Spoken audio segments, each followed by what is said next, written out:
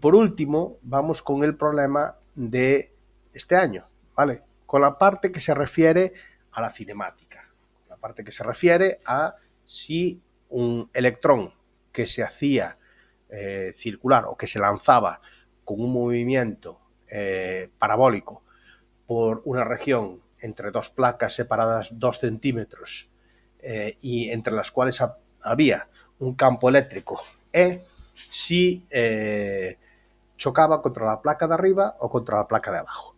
Bueno, este problema lo puse yo en segundo de bachillerato, ¿vale? En el tema de campo eléctrico. Entonces es un problema de segundo de BAC.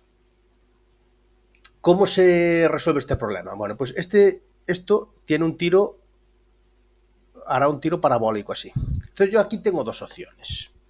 Las dos opciones que tengo, ¿cuáles son? Primera, que esto tenga la velocidad suficiente como para hacer esto y chocar con la placa de arriba.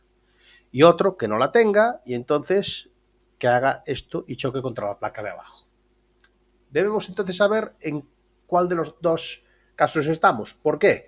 Porque tengo que decir sobre qué placa choca, sobre la de arriba o sobre la de abajo. ¿Cuándo choca sobre la placa de abajo? Choca sobre la placa de abajo si la altura máxima de este tiro parabólico es menos de 2 centímetros.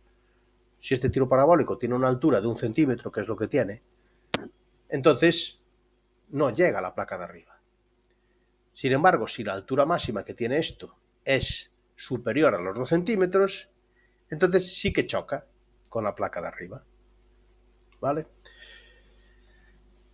¿Qué tenemos que tener en cuenta aquí? Tenemos que tener en cuenta, primero, que en este tipo de problemas el peso es despreciable frente a la fuerza eléctrica. La fuerza eléctrica es de 3,5 por 10 elevado a 3 newton por el campo eléctrico y la fuerza eléctrica es varios órdenes de magnitud superior al peso. Vale, el peso de hecho es masa por gravedad. La masa es 10 elevado a menos 31. Entonces la fuerza gravitatoria vale 9,11 por 10 elevado a menos 30. Sin embargo, la fuerza eléctrica vale o tiene un valor del orden a 10 elevado a menos 16. Es decir, es 14 órdenes de magnitud. Luego, en este tipo de problemas el peso es despreciable.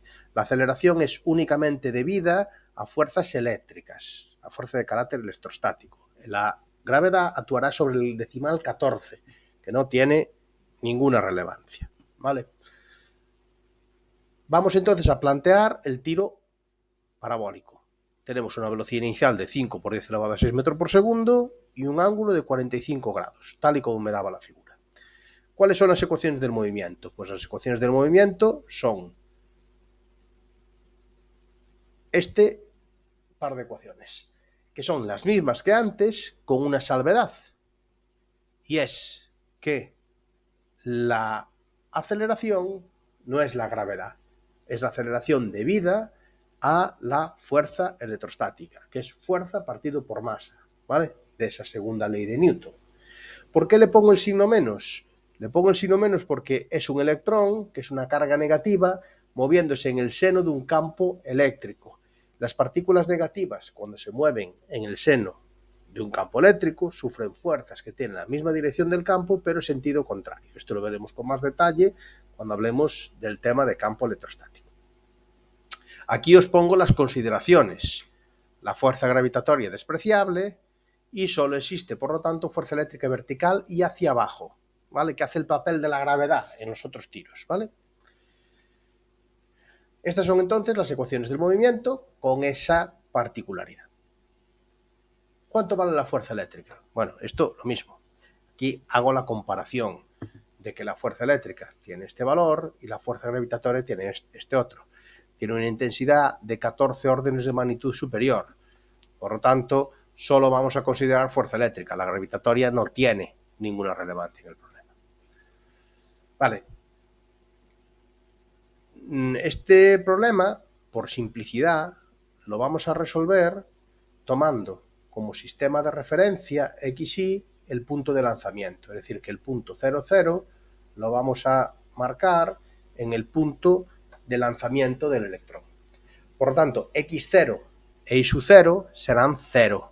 ¿Vale? Las posiciones de partida serán 0 en ambos casos, ¿vale? Esto siempre ocurrirá cuando yo haga coincidir el punto de lanzamiento con el 0, 0 de mi sistema de coordenadas.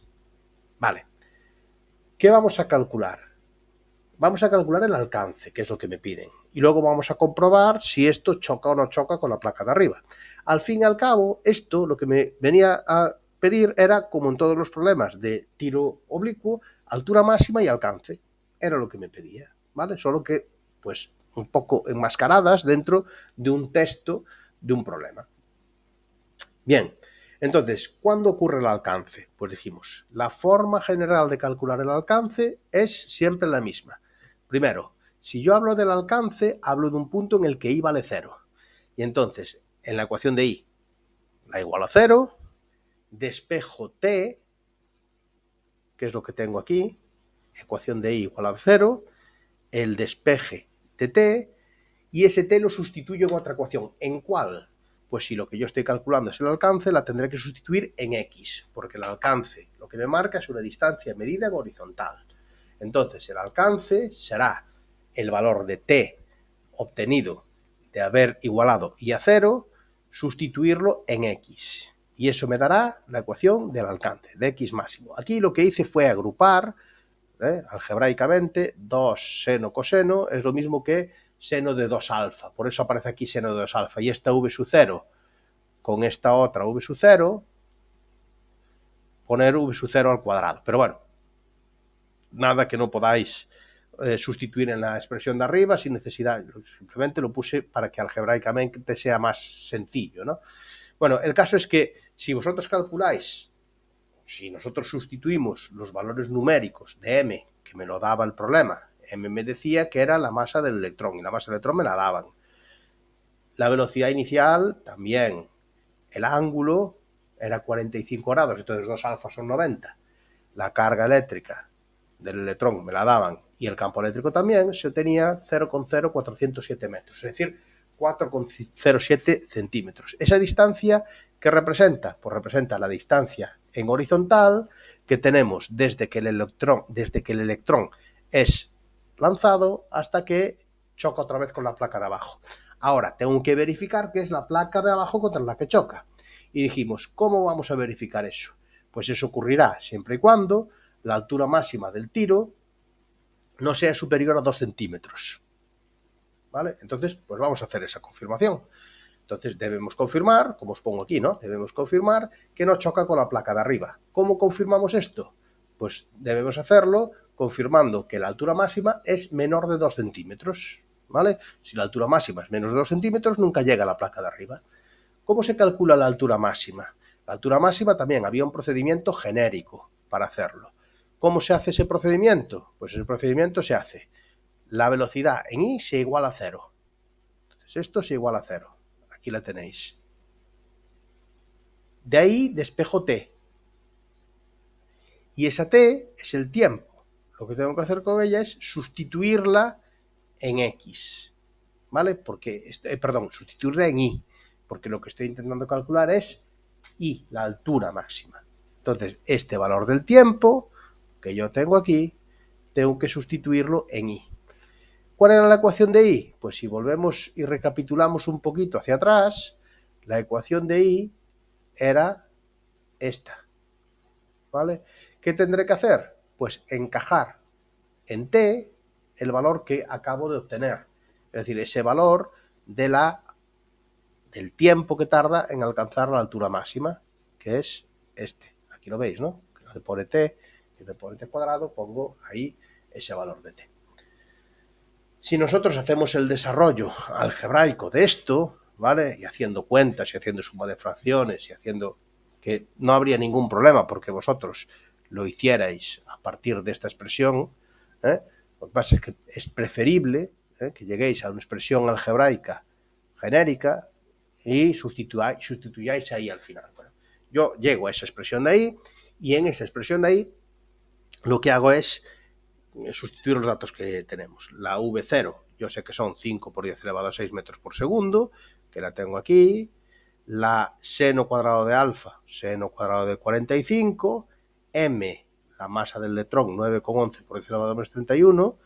La carga eléctrica del electrón, que también me la dan, y el módulo del campo eléctrico, que también es un dato conocido. Y eso me da 1 centímetro. ¿Eso qué implica? Implica que la altura máxima que alcanza este electrón es de 1 centímetro.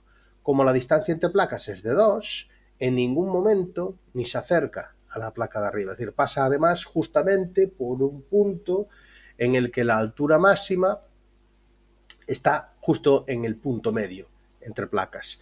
Por lo tanto, esto me vale para confirmar que la placa contra la que esto impacta es la placa inferior, ¿vale? Por no tener una altura suficiente, por no llegar a una altura máxima que sea al menos la altura de la placa superior.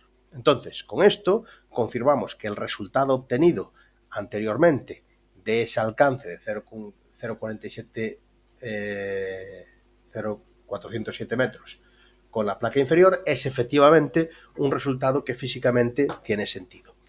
Y si no chocara contra la placa inferior, es decir, si a mí la altura máxima aquí resulta que me da 5 centímetros, ¿qué pasa?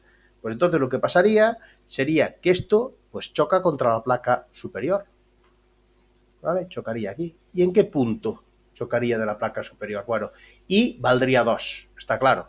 Si choca contra la placa superior, de aquí a aquí, y vale 2. ¿Y X cuánto valdría? Pues X valdría, o tendría que sustituir T por el tiempo que tarda la partícula en llegar a la altura de 2 centímetros. Es decir, tendría que ir a la ecuación de I y donde pone I poner 2 centímetros. De ahí sacaría un tiempo y ese tiempo lo sustituiría en X y me daría esta distancia de aquí, ¿vale? Esta distancia X, esta distancia horizontal que recorre el electrón hasta el punto de impacto en el caso de que tuviera lugar con la placa superior, que no ocurre aquí, ¿vale? Pero la variante que podría aparecer de este problema sería precisamente esa. Choca contra el punto superior, contra la placa superior. Ok, pues si choca contra la placa superior, ¿en dónde choca? Pues choca en este punto, ¿vale? Y este, pues era el último que teníamos para hoy, ¿vale? Ahora os envío esto entonces y